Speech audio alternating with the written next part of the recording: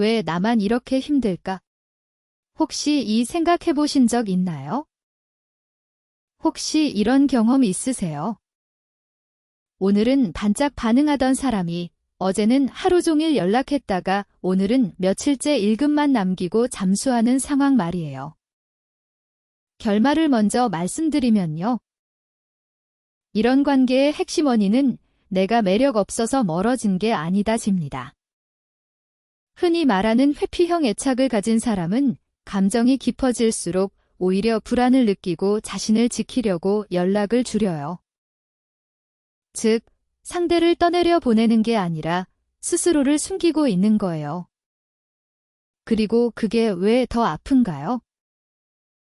당신은 상대의 무반응을 거절로 해석하고 상대는 자신이 느끼는 압박을 나를 멀리해야 산다로 번역하니까요. 마치 두 사람이 같은 말을 듣고도 전혀 다른 언어로 해석하는 장면처럼 보이죠. 이 영상에서 결말은 단순해요. 연락이 줄어든 사람이 아니라 연락이 늘면 달아나는 성향들 이해하면 다음 순간부터 해석이 달라지고 반응이 달라집니다. 괜찮아요. 그럴 수 있어요. 이건 사랑이 식었다는 신호가 아니라 관계 속에서 누군가의 불안한 본능이 작동한 신호일 뿐이에요. 그래서 지금부터는 한번 되감아 보겠습니다. 당신이 왜 더 집착하게 되었는지, 상대가 왜 갑자기 멀어졌는지, 그리고 연락이 잦아질 때 마음속에서 무슨 전력이 오가는지까지 회피형 애착의 심리를 아주 자세히 풀어드릴게요. 배경과 맥락. 혹시 이런 경험 있으세요? 아까 문자했는데 바로 답이 안 왔다. 내가 자꾸 연락할수록 상대가 더 멀어져. 그 마음 너무 익숙하지 않나요? 괜찮아요. 그럴 수 있어요. 누군가의 마음이 멀어질수록 자꾸 더 붙잡고 싶은 건 자연스러운 반응입니다. 이 이야기는 두 사람의 기록에서 출발해요. 2023년 4월 서울 성북구의 작은 카페 플로어원에서 처음 만난 이주한 D19세, 과 박세현, 31세. 주한은 마케터로 바쁜 일정을 보내고 세현은 스타트업 개발자였어요. 만나자마자 너랑은 정말 잘 맞을 것 같아 라고 느꼈고 6월까지 대화는 하루 수십 통이었습니다. 새벽 1시, 점심시간, 퇴근길, 퇴근 후. 통화도 자주 했고 주한은 잘 잤어. 먹었어. 지금 뭐해? 를 보내며 관계를 단단히 만들고자 했죠. 그런데 2023년 9월이 되자 상황이 달라집니다.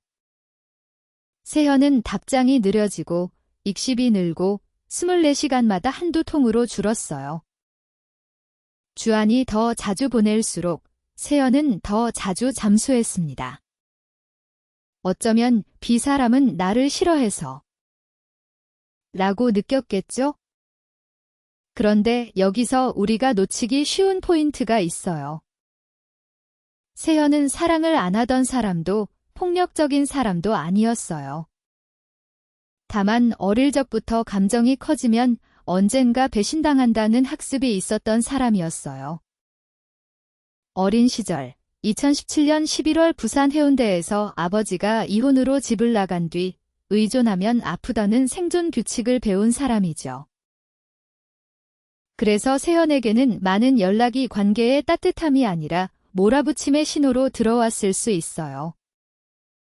이 사람은 왜 이런 선택을 했을까요? 아마 그는 스스로를 지키기 위해 거리를 두는 방법만을 알고 있었기 때문일 거예요. 너무 가까워지면 결국 버려질 것 같다는 오래된 불안이 지금의 침묵으로 바뀌는 거죠. 감정은 없어서가 아니라 감정 과부하를 피하려고 도망친 거예요. 두 번째 에피소드도 들어볼게요. 2024년 1월 대구 수성구 아랫동네. 김하늘, D17세은 2024년 6월에 결혼을 앞둔 문성진, 33세를 만나 연인 관계가 되었어요. 둘의 첫 2개월은 좋아 보여서 행복한 시간이 계속됐고, 하늘은 매일 아침, 점심, 저녁으로 메시지를 보냈죠. 특히 2024년 12월, 추운 날씨에 하늘이 오늘은 너무 외로운 날이어서 빨리 연락하고 싶었어 라고 톡을 보냈을 때, 성진은 질고 바로 답장이 아니라 3시간 뒤 지금 회의 중이야. 라고 짧게 남겼어요. 그 뒤로는 거의 침묵이었고 하늘은 더 애태웠죠. 하늘은 사랑을 보이면 유지되는 방식으로 이해했고 성진은 조금 떨어져 있어야 편한 방식으로 이해했습니다. 2025년 2월 14일 하늘이 우리 그냥 안 좋은데 라고 마지막으로 쓴 날 성진은 나도 부담돼서 그래? 다만 떠나고 싶어서가 아니라 라고 답했지만 이미 관계는 식어 있었죠. 이 사람은 왜 이런 선택을 했을까요? 성진은 연애를 버티는 법을 배운 방식이 정반대였을 가능성이 큽니다. 사랑을 느끼더라도 과한 접근이 들어오면 자율성이 위협받는다고 느끼고 후퇴해요. 그래서 그는 회피형 애착의 전형처럼 애정을 부정하지 않으면서도 거리를 늘리는 선택을 했던 거예요. 그래서 우리는 자주 이렇게 착각합니다. 연락이 줄어드는 건 마음이 떠났다는 증거라고. 하지만 꼭 그렇지 않을 때가 많아요. 혹시 이런 경험 있으세요?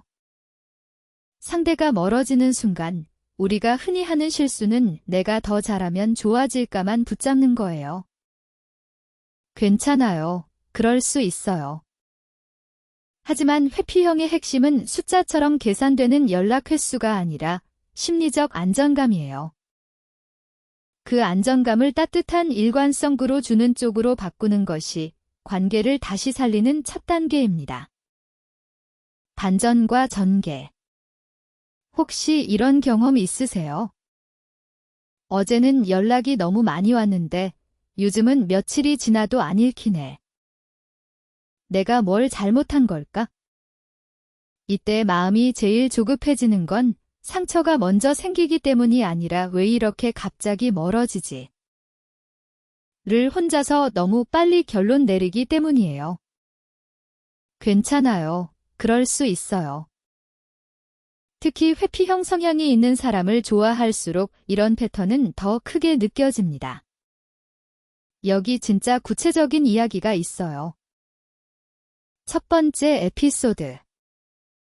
지훈과 수연은 사귀기 시작하고 1년차가 되었어요. 초반엔 하루에도 여러 번 10분마다 톡을 보낼 만큼 몰입했죠. 그러다 3개월이 지나고 나서는 달라졌어요.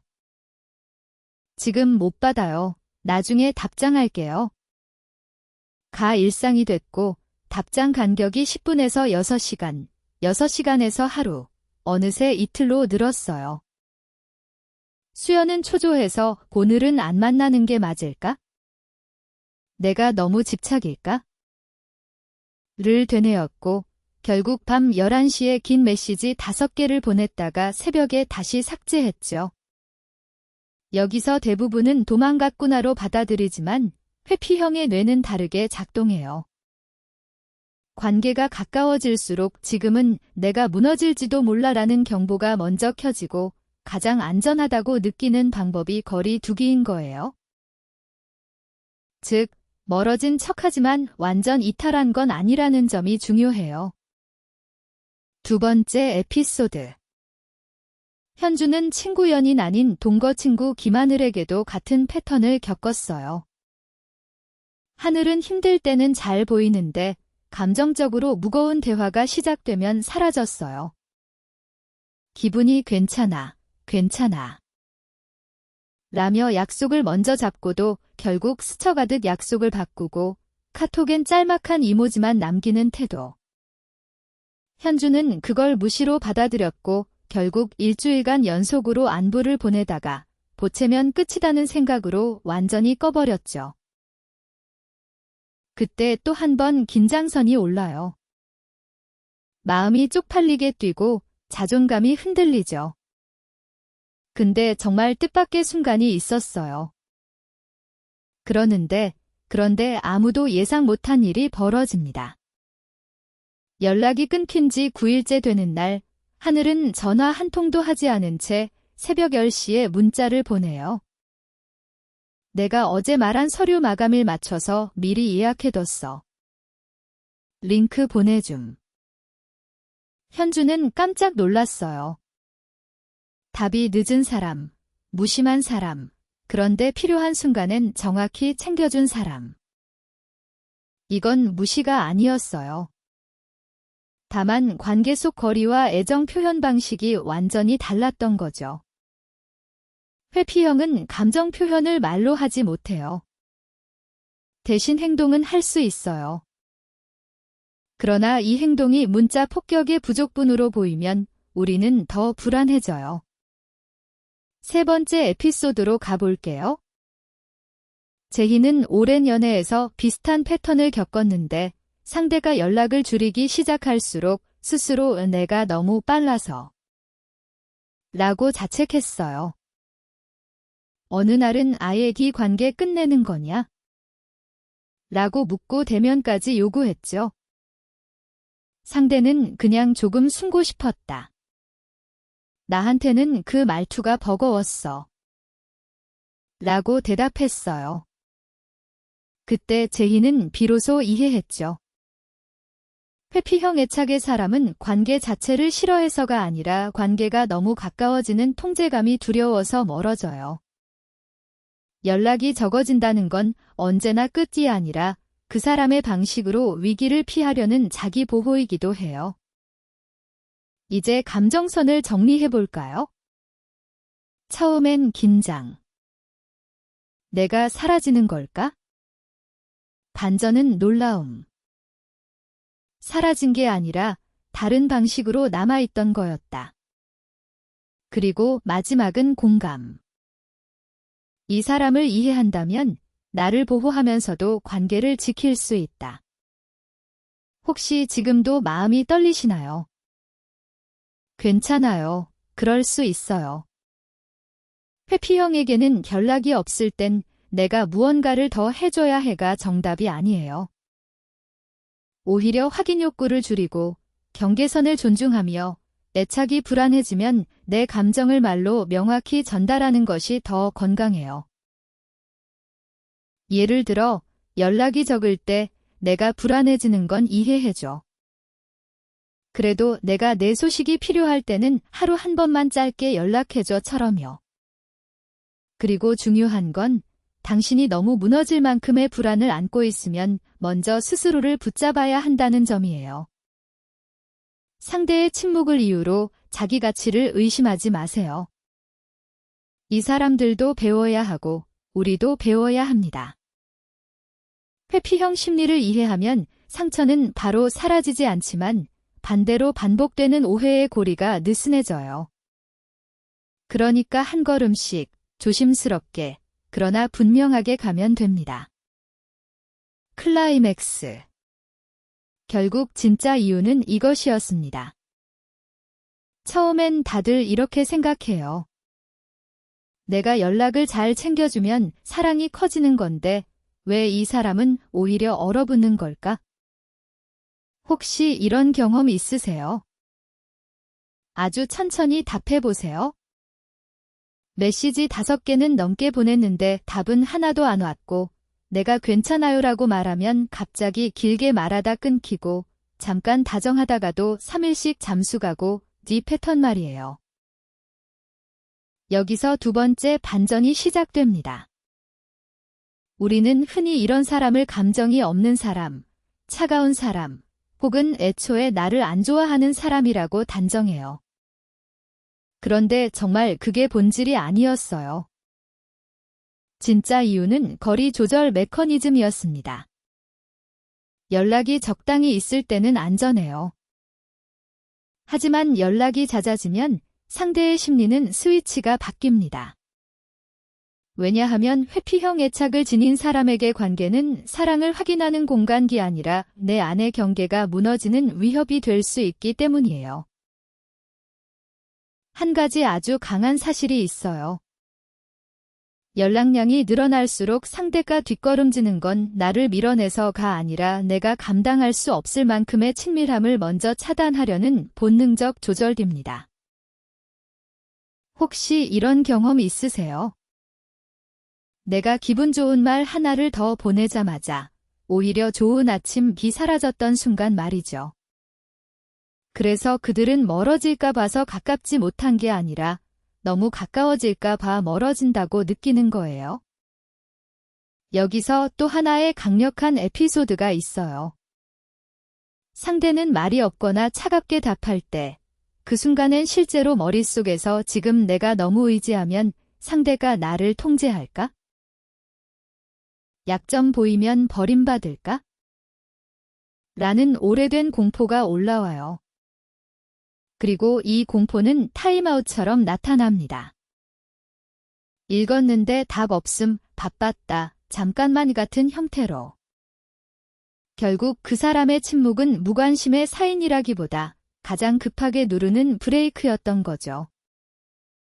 이게 더 무서운 게 우리가 그걸 못 견디고 더 집요하게 연락하면 회피형의 두려움은 증폭돼요.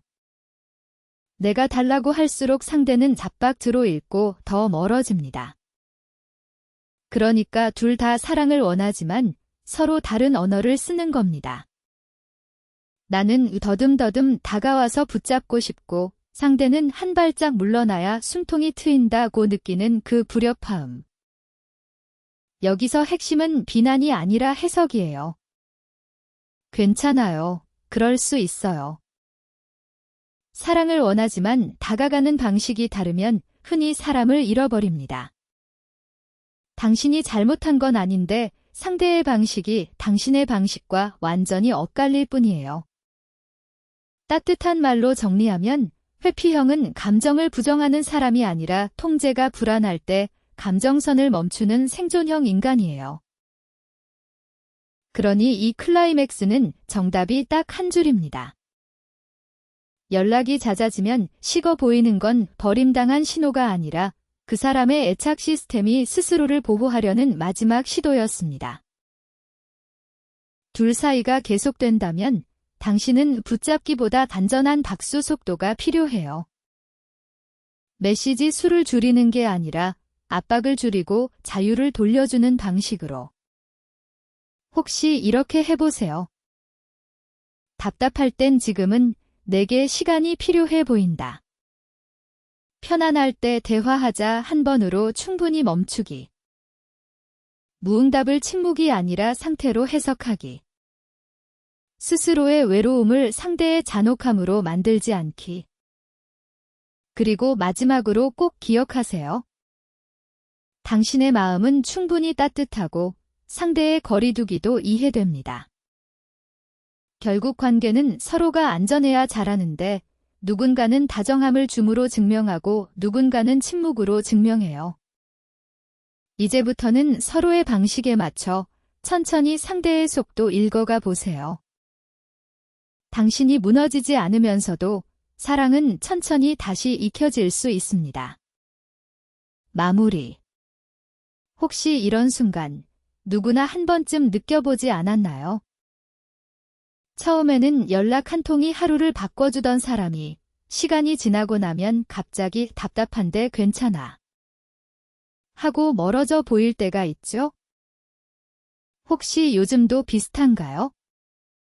그럴 수 있어요. 그럴 수밖에 없는 사람의 마음을 살피면 한 가지 이유가 보여요. 회피형 애착은 마음이 약해서가 아니라 다치지 않으려는 자기보호 장치로 굳어진 패턴이에요. 그래서 거리가 가까워질수록 자신을 지키려는 본능이 잠수, 연락 줄이기, 감정 회피로 나타나는 거죠. 오늘 이야기의 핵심은 이게 됐어 무시한다가 아니라 과부하가 오지 않게 자신을 조절한다는 점이에요. 그래서 상대를 시험하는 말보다 내게 안전한 연락 리듬을 먼저 정하고 스스로의 불안을 표현하는 훈련이 필요해요. 지금처럼 빠르게 반응하고 비교하는 시대일수록 더 중요합니다. 읽는 말 한 줄과 보내는 이모티콘 하나가 오해를 키우는 속도가 빠르니까요. 오늘의 정리, 상대의 침묵을 곧바로 버림받는 신호로 단정하지 말고 그 사람이 가진 관계 방식의 패턴으로 읽어보세요. 그리고 내가 원하는 선이 어디인지 솔직히 말할 용기를 조금씩 길러보세요. 괜찮아요. 그럴 수 있어요. 천천히 움직여도 괜찮아요. 다음 편 예고, 사랑은 해도 왜 자꾸 도망치고 싶을까 회피형 애착이 만드는 거리감의 패턴을 다시 만날 때 안전하게 다가가는 3단계를 보여드릴게요. 댓글로 구체적 질문 달려주세요. 예를 들어, 연락이 줄면 나도 먼저 붙잡고 싶은데 어떻게 멈춰야 하나요? 같은 질문을 남겨주세요. 마음이 흔들릴 때마다 같이 이야기해요. 지금 바로 구독하고 밤마다 마음이 숨을 고를 수 있는 다음 상담 이야기를 이어가요. 한국상담심리학회 https://크르크퍼 국가정신건강정보 포털 https://www 멘탈헬스 AP 사이칼러지 토픽스 https://www org 토픽스 설명란에는 참고자료와 관계, 점검 체크리스트 링크를 함께 남겨두겠습니다. 지금 관계가 반복해서 힘들다면 저장해두고 대화 전 다시 확인해주세요. 구독해두시면 다음 회복 루틴을 이어서 보실 수 있습니다.